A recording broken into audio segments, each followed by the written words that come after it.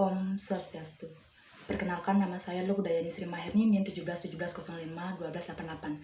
Sebelumnya saya ingin mengucapkan rasa terima kasih dan yang terhormat kepada seluruh Dewan Penguji sekaligus dosen pembimbing dan penelaah saya selama ini. Di antaranya, Ibu Nyoman Trisna Herawati, SEAKMPD selaku pembimbing utama, Bapak Dr. Iputu Gede Diatmike, SEAKMSI selaku pembimbing pendamping, dan Ibu Lo Gede Kusuma Dewi, SEMSI selaku dosen penelaah. Pada kesempatan kali ini, saya akan memaparkan skripsi saya dengan judul Pengaruh Posisi Jabatan, Asimetri Informasi, Pengendalian Internal, dan Gaya Kepemimpinan terhadap Kecenderungan Kecurangan atau Fraud. Studi pada Lembaga Perkreditan Desa atau LPD sekecamatan Sawan. Adapun topik bahasa dalam penelitian ini yaitu ada 5, yaitu diantaranya pendahuluan, tinjauan literatur, metode penelitian, hasil penelitian dan pembahasan, dan yang terakhir yaitu penutup. Kasus kecurangan akuntansi di Indonesia sangat sering terjadi. Berita kecurangan tersebut telah menjalar di berbagai media massa. Tindakan yang sering terjadi dan mengarah pada korupsi yaitu manipulasi pencatatan, penyalahgunaan aset, dan masih ada tindakan-tindakan lainnya. Dalam Ikatan Akuntan Indonesia atau IAI menjelaskan bahwa kecurangan akuntansi merupakan salah saji yang timbul dari kecurangan dalam pelaporan keuangan dan salah saji timbul yang dari penyalahgunaan atau penggelapan terhadap aktiva. SCFI atau Association of Certificate Fraud Examiners merupakan suatu organisasi anti kecurangan bagi pendidikan. SCFI mengelompokkan kecurangan menjadi 3 kategori, yakni kecurangan aset, pernyataan palsu, dan korupsi. Di Bali terdapat lembaga keuangan mikro yang dikenal dengan sebutan LPD atau Lembaga Perkreditan Desa. LPD ini berperan dalam perkembangan ekonomi di Desa Pakraman yang ada di Bali. Memberikan kredit dapat membantu menciptakan peluang usaha bagi masyarakat di desa. LPD merupakan badan usaha milik Desa Pakraman yang melakukan kegiatan operasionalnya di dalam lingkungan Desa Pakraman untuk melayani masyarakat desa setempat. Lembaga keuangan yang berada di tingkat pedesaan ini juga rentan terhadap kecenderungan kecurangan. Pesatnya perkembangan LPD tidak terlepas dari terjadinya permasalahan-permasalahan dengan kondisi yang tidak sehat, bahkan mengalami kemacetan, yang dapat menghambat kegiatan operasionalnya. Banyak faktor yang menyebabkan hal itu terjadi, di antaranya kurang selektif dalam memberikan pinjaman kepada nasabah dan lemahnya pengendalian internal. Penggelapan dana juga merupakan salah satu faktor yang menyebabkan LPD masuk ke dalam kategori macet serta tidak sehat. Penggelapan dana bisa saja dapat diakibatkan karena tata kelola dari Lembaga Perkreditan Desa yang kurang baik dan pengelolaan dana yang tidak transparan oleh pihak LPD, sehingga mengakibatkan beberapa tindak kecurangan dengan mudah terjadi, serta kepercayaan masyarakat juga ikut menurun. Beberapa faktor yang menyebabkan LPD dikategorikan sebagai LPD yang tidak sehat dan macet yaitu karena adanya penggelapan dana atau korupsi dan penyalahgunaan aset yang umumnya dilakukan oleh beberapa oknum dalam LPD. Data kasus kecurangan LPD di Kabupaten Buleleng yang pertama yaitu LPD Desa Bebetin 2018. Icene Wartana selaku Kepala LPD melakukan korupsi yang merugikan LPD Desa Adat Bebetin sebesar 2,4 miliar. Kemudian yang kedua yaitu di LPD Desa Bangkang pada tahun 2018. I Gusti Ngurah Wibawa telah melakukan penggelapan dana nasabah yang diperkirakan mencapai 800 juta rupiah. Kemudian yang ketiga yaitu LPD Desa Grogat pada tahun 2019. Komang Agus Putrajaya selaku Kepala LPD Desa Grogat melakukan tindak pidana kredit fiktif nasabah sejak tahun 2008 sampai 2015 sebesar 1,246 miliar. Kemudian yang keempat, yang ketiga yaitu LPD Desa Unggahan Seririt. Diduga penyelewengan dana LPD yang muncul sekitar bulan Agustus tahun 2019 yang diperkirakan mencapai 200 juta. Kemudian yang terakhir yaitu LPD Desa Sangsit yang terjadi pada tahun 2020. Salah satu oknum pegawai LPD Desa Sangsit telah menggelapkan dana mencapai 600 juta rupiah. Berdasarkan kasus-kasus yang terjadi, maka dapat diketahui bahwa banyak faktor-faktor yang diindikasi menjadi penyebab terjadinya kecenderungan kecurangan, di antaranya posisi jabatan, asimetri informasi, pengendalian internal, dan gaya kepemimpinan. Hal itu juga sejalan dengan hasil wawancara awal dengan beberapa ketua LPD yang ada di Kecamatan Sawan, yaitu di antaranya Desa Bebetin, Menyali, dan Lemuke. Penelitian ini juga didasarkan karena adanya ketidakkonsistenan hasil penelitian dilakukan oleh berbagai peneliti terdahulu, dan aspek-aspek pendukung lainnya, serta masih adanya referensi yang minim untuk beberapa variabel. Berdasarkan latar belakang masalah di atas, maka dapat diidentifikasi permasalahan dalam penelitian ini, yaitu yang pertama, kasus kecurangan saat ini sering kali terjadi di berbagai bidang, khususnya terdapat beberapa kecurangan yang terjadi pada Lembaga Perkreditan Desa atau LPD. 2. Banyaknya oknum-oknum yang memiliki posisi jabatan yang tinggi yang melakukan tindak kecurangan. Kemudian yang ketiga, sistem pengendalian internal yang lemah menyebabkan transaksi-transaksi yang dilakukan oleh pengelola aset di bagian keuangan dan akuntansi masih rawan sehingga dapat menimbulkan kesempatan untuk melakukan kecurangan. Kemudian yang keempat, banyaknya tindakan kecurangan ini juga didukung dengan adanya asimetri informasi yang terselubung di dalamnya, serta gaya kepemimpinan yang dianutnya. Selanjutnya yaitu batasan masalah. Adanya pembatasan masalah ini adalah bertujuan untuk membatasi lingkup penelitian agar lebih fokus dan mendalam pada masalah yang akan diteliti dan dapat mencapai tujuan yang telah ditetapkan. Cakupan batasan masalah dalam penelitian ini yakni diantaranya 1. Objek penelitian ini adalah Lembaga Perkreditan Desa atau LPD sekecamatan Sawan. Kemudian yang kedua, penelitian menggunakan variabel dependen kecurangan atau fraud. Kemudian yang ketiga, variabel independen yang meliputi posisi jabatan, asimetri informasi, pengendalian internal, dan gaya kepemimpinan. Selanjutnya itu rumusan masalah. Adapun rumusan masalah dalam penelitian ini yaitu bagaimana pengaruh posisi jabatan, asimetri informasi, pengendalian internal, dan gaya kepemimpinan terhadap kecenderungan kecurangan atau fraud. Tujuan diadakannya penelitian ini yakni untuk mengetahui bagaimana pengaruh posisi jabatan, asimetri informasi, pengendalian internal, dan gaya kepemimpinan terhadap kecenderungan kecurangan atau fraud. Kemudian selanjutnya yaitu manfaat penelitian. Yang pertama bagi jurusan atau program studi. Hasil penelitian ini diharapkan dapat sebagai referensi bagi peneliti selanjutnya, khususnya tentang sejauh mana faktor posisi jabatan, asimetri informasi, pengendalian internal terhadap kecenderungan kecurangan atau fraud. Kemudian yang kedua yaitu bagi akademisi, yaitu menambah pembendaharaan perpustakaan sehingga dapat menjadi acuan mahasiswa yang akan mengadakan penelitian selanjutnya mengenai faktor posisi jabatan, asimetri informasi, pengendalian internal, dan gaya kepemimpinan terhadap kecenderungan kecurangan, serta sebagai tambahan pengetahuan dalam bidang ini. Kemudian yang ketiga yaitu bagi praktisi. Penelitian ini diharapkan dapat memberikan tambahan wawasan dan pengetahuan tentang apa saja yang dapat memicu adanya kecenderungan kecurangan agar dapat meminimalisir serta dijadikan evaluasi ke depannya agar tidak terjadi lagi tindak kecurangan nantinya yang dilakukan oleh oknum-oknum tertentu dalam suatu organisasi. Kemudian selanjutnya yaitu tinjauan literatur. Kemudian yang pertama yaitu Grand Theory. Di sini menggunakan Fraud Triangle. Menurut teori Fraud Triangle Crisis 1953 dalam Tuan Kota 2007, kecurangan atau fraud disebabkan oleh 3 faktor yaitu tekanan, pressure, peluang, opportunity, dan rasionalisasi atau rationalization. Yang pertama yaitu tekanan. Motivasi dari individu karyawan untuk bertindak fraud dikarenakan adanya tekanan baik keuangan dan non-keuangan dari pribadi maupun tekanan dari organisasi. Karyawan mungkin merasa mendapat tekanan untuk melakukan kecurangan karena adanya tekanan dapat akan kebutuhan atau masalah finansial. Kemudian yang kedua yaitu peluang. Situasi yang membuka kesempatan bagi manajemen atau pegawai untuk melakukan kecurangan dikarenakan longgarnya pengendalian internal dan kurangnya pengawasan dalam suatu organisasi atau perusahaan dapat memicu karyawan untuk melakukan tindak kecurangan. Dengan longgarnya pengendalian dan pengawasan tersebut, karyawan akan merasa mendapat kesempatan atau peluang untuk melakukan kecurangan. Kemudian yang ketiga yaitu rasionalisasi. Ada sikap, karakter, atau serangkaian nilai yang etis yang membenarkan manajemen atau pegawai untuk melakukan tindakan yang tidak jujur atau mereka berada dalam lingkungan yang cukup menekan yang membuat mereka merasionalisasikan tindakan yang tidak jujur. Fraud terjadi karena kondisi nilai-nilai etika lokal yang mendorong terjadinya fraud. Kemudian literatur yang mendukung teori tersebut diantaranya yang pertama yaitu kecurangan. Pengertian fraud menurut Association of Certificate Fraud Examiner atau SFE adalah perbuatan-perbuatan yang bertentangan dengan hukum dan dilaksanakan secara sengaja untuk tujuan memanipulasi atau memberikan laporan keliru kepada pihak lain yang dilakukan oleh orang yang berada dalam atau luar organisasi agar mendapatkan keuntungan pribadi maupun kelompok secara langsung maupun tidak langsung dapat merugikan pihak lain. Menurut ACFI, fraud digambarkan dalam bentuk bagan yang dikenal dengan istilah fraud tree atau pohon fraud yang menggambarkan cabang-cabang dari fraud dalam hubungan kerja beserta ranting dan anak rantingnya. Fraud tree mempunyai 3 cabang utama, yakni diantaranya yaitu penyimpangan atau penyalahgunaan terhadap aset, yang kedua yaitu kecurangan pelaporan keuangan, dan yang ketiga yaitu korupsi.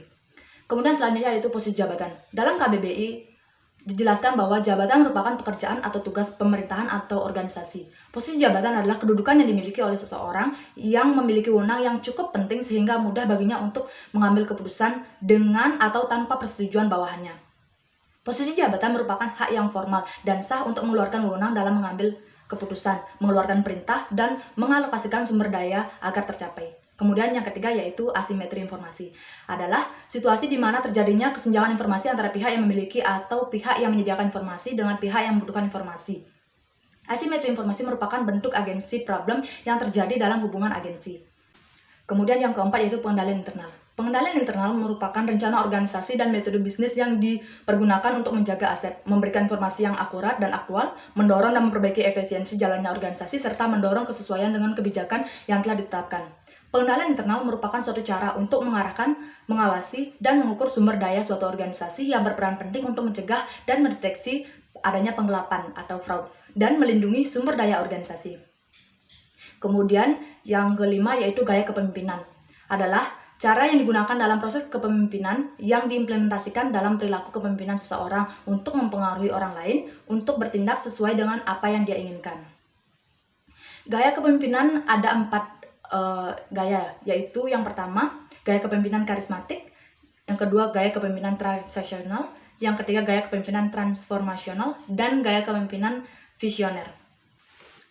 Dan yang terakhir yaitu Lembaga Perkreditan Desa atau LPD. LPD merupakan suatu lembaga keuangan mikro milik desa Pakraman dan bertujuan untuk membantu desa dalam menjalankan salah satu fungsi keuangan, yakni mengelola sumber daya keuangan milik desa Pakraman. Kemudian slide selanjutnya yaitu penelitian terdahulu. Dalam slide terdapat beberapa penelitian terdahulu yang relevan yang digunakan sebagai referensi dalam pembuatan penelitian ini. Berdasarkan hasil yang relevan tadi dapat disusun kerangka berpikir seperti pada gambar di slide.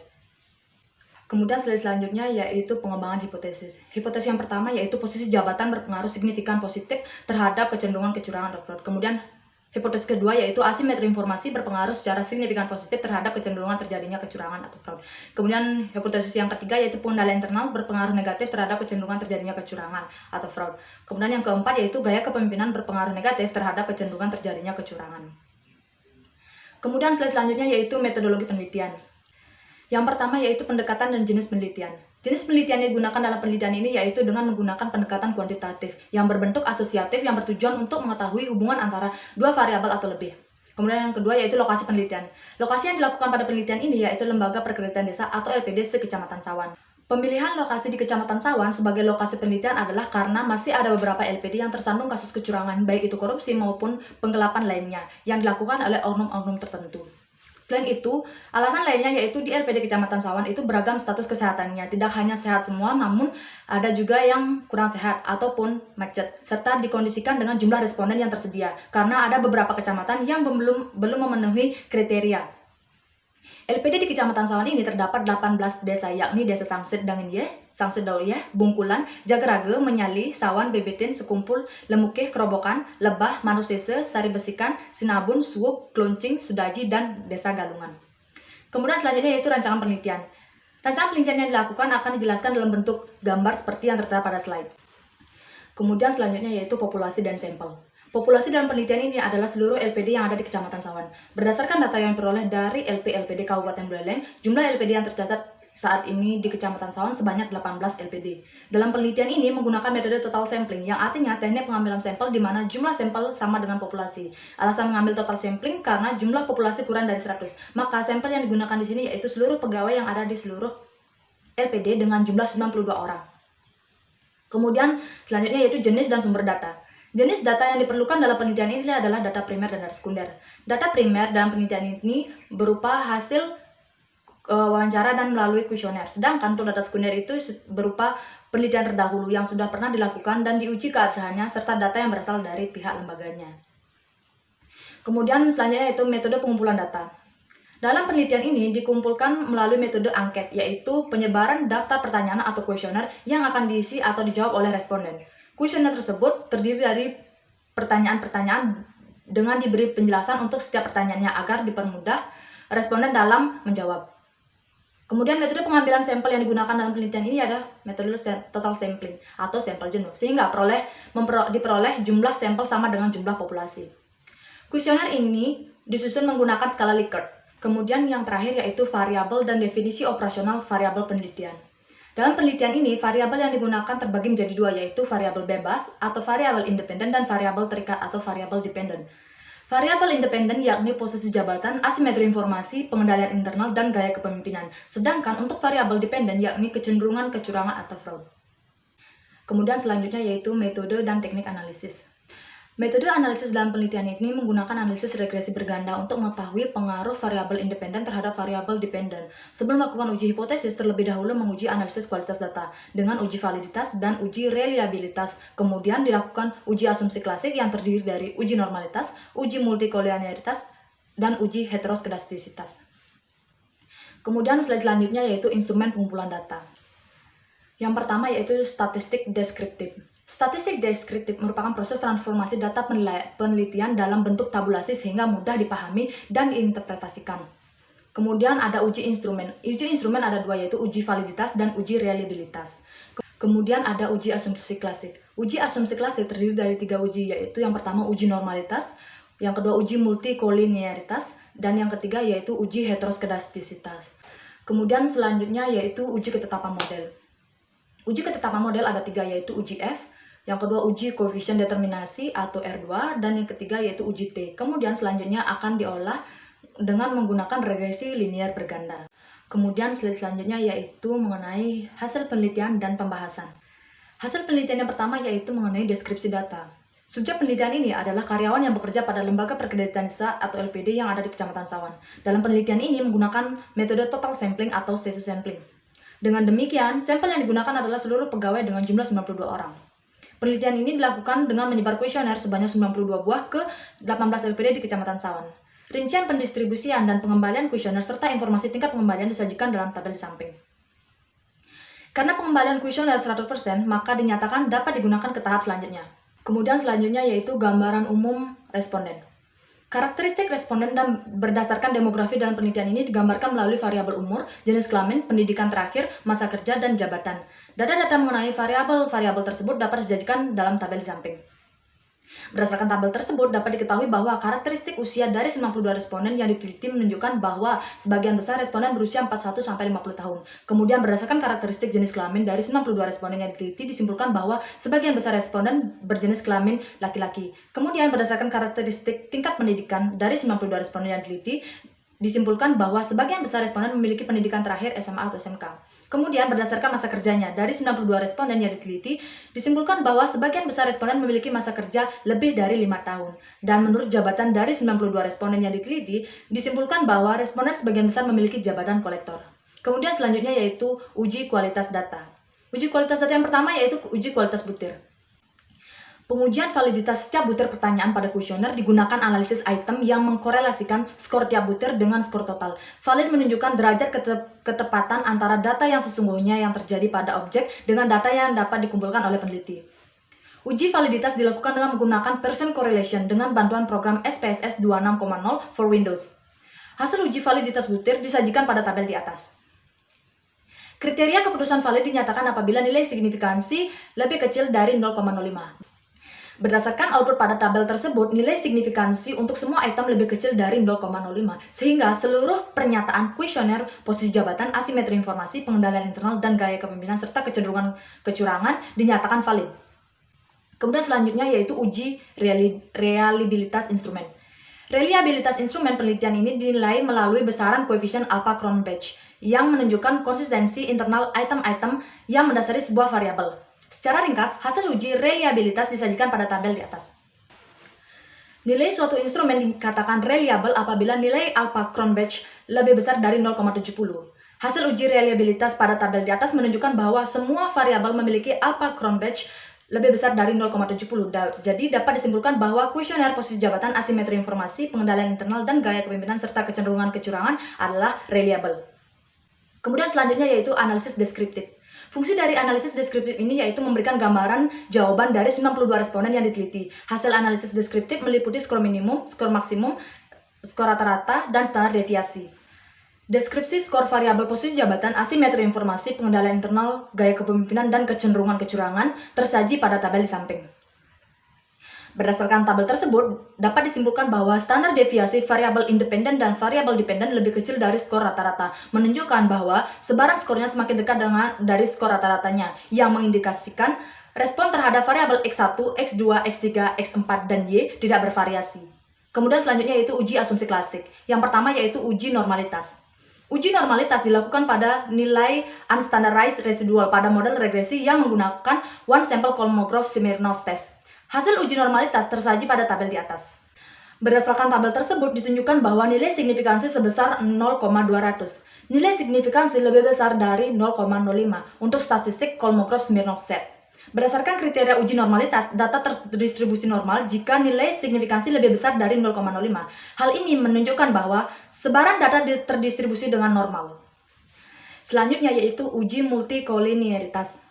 Uji multikolinearitas bertujuan untuk mengetahui ada tidaknya hubungan antara variabel bebas yang satu dengan variabel bebas lainnya. Model regresi yang baik seharusnya tidak terjadi korelasi yang tinggi di antara variabel bebas.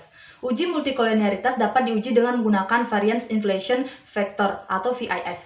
Berdasarkan tabel di atas, diketahui bahwa nilai VIF dari masing-masing variabel bebas lebih kecil dari 10 dan nilai toleransi lebih dari 0,10. Nilai korelasi di antara variabel bebas dapat dikatakan mempunyai korelasi yang lemah. Dengan demikian, dapat disimpulkan bahwa tidak terjadi multikolinearitas. Kemudian selanjutnya yaitu uji heteroskedastisitas. Uji heteroskedastisitas bertujuan untuk menguji apakah dalam model regresi terjadi ketidaksamaan varian dari residual satu pengamatan ke pengamatan yang lainnya. Model regresi yang baik adalah model yang tidak terjadi heteroskedastisitas. Untuk menguji heteroskedastisitas, digunakan uji Glatzer. Berdasarkan tabel di samping, diketahui bahwa nilai signifikansi antara variabel bebas dengan absolute residual atau ABS lebih besar dari 0,05. Jadi, dapat disimpulkan bahwa model regresi yang digunakan tidak terdapat adanya gejala heteroskedastisitas. Nah, karena seluruh uji asumsi klasik terpenuhi, yaitu sebaran data terdistribusi normal, antara variabel bebas tidak terjadi multikolinearitas pada model regresi linear, dan model regresi yang digunakan tidak adanya gejala heteroskedastisitas, maka analisis regresi linear berganda dapat dilanjutkan. Kemudian selanjutnya yaitu pengujian hipotesis. Yang pertama yaitu analisis regresi linear berganda. Berdasarkan hasil analisis regresi linear berganda, dapat diketahui persamaan garis regresi dengan menggunakan analisis konstanta dan koefisien beta. Adapun hasil perhitungan konstanta dan koefisien beta serta hasil uji T dalam penelitian ini disajikan pada tabel di samping. Berdasarkan perhitungan regresi linear berganda pada tabel tersebut, maka dapat hasil persamaan regresi seperti gambar di atas. Dalam tabel tersebut, konstanta bernilai 12,181 menunjukkan jika variabel posisi jabatan X1 asimetri informasi, X2 pengendalian internal, X3 dan gaya kepemimpinan X4 bernilai konstanta, maka variabel kecenderungan terjadinya kecurangan atau fraud Y memiliki nilai 12,81.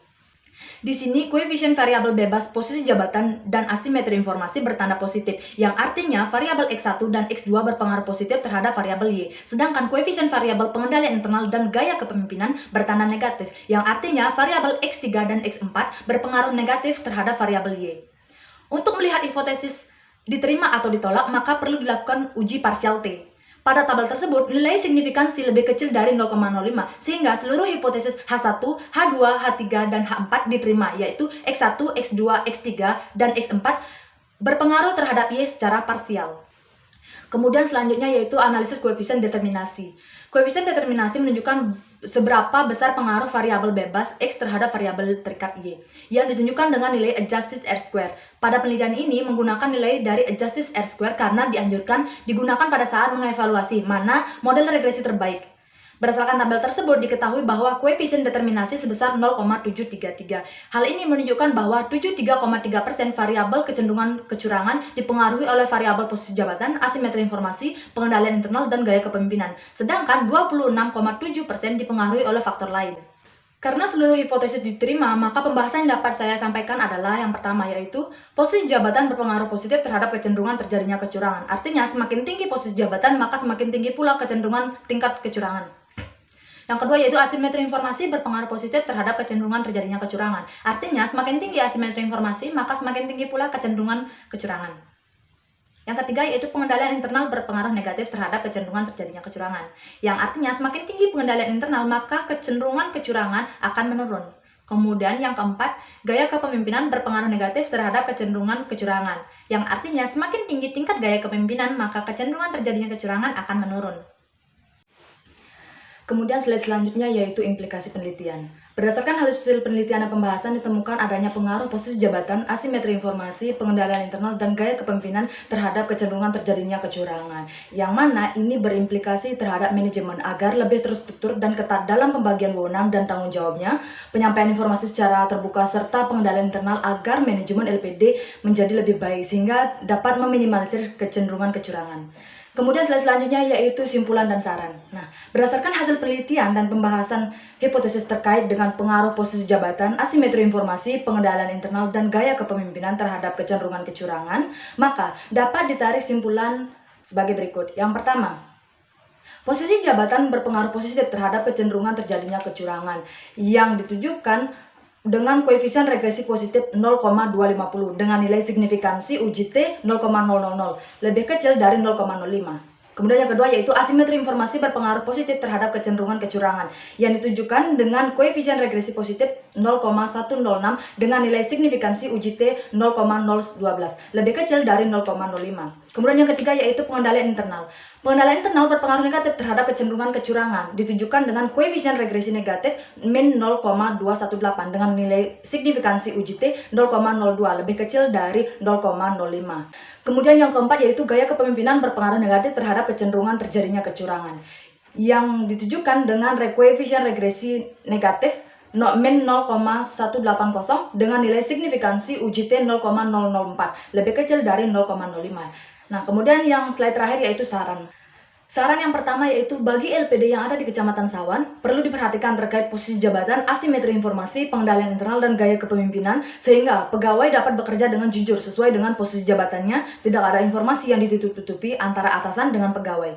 Pimpinan dapat mengecek seluruh kegiatan pegawai, dan mengetahui sejak dini kalau ada kecurangan yang dilakukan, dan dapat menciptakan gaya kepemimpinan yang baik bagi LPD yang ada di Kecamatan Sawan. Hal ini diharapkan manajemen dapat mengetahui sejak dini kalau adanya tindak kecurangan yang dilakukan. Kemudian yang kedua yaitu hasil penelitian menunjukkan koefisien determinasi sebesar 0,733. Artinya variabel kecenderungan kecurangan dipengaruhi oleh variabel posisi jabatan, asimetri informasi, pengendalian internal, dan gaya kepemimpinan sebesar 73,3%. Sedangkan sisanya 26,7% dipengaruhi oleh faktor lain. Oleh karena itu terdapat faktor lain yang mempengaruhi kecenderungan kecurangan. Maka bagi peneliti selanjutnya disarankan agar menambahkan variabel bebas lain yang dapat mempengaruhi kecenderungan kecurangan. Kemudian yang terakhir yaitu peneliti selanjutnya disarankan untuk menambah populasi penelitian, yaitu dengan menambah jumlah sampel LPD tidak hanya berada di Kecamatan Sawan saja, sehingga diperoleh hasil penelitian dengan tingkat generalisasi yang lebih tinggi. Sekian pemaparan hasil skripsi saya. Jika ada salah kata yang kurang berkenan, mohon dimaafkan. Akhir kata saya tutup dengan Paramasanti. Om Santi Santi Santi Om.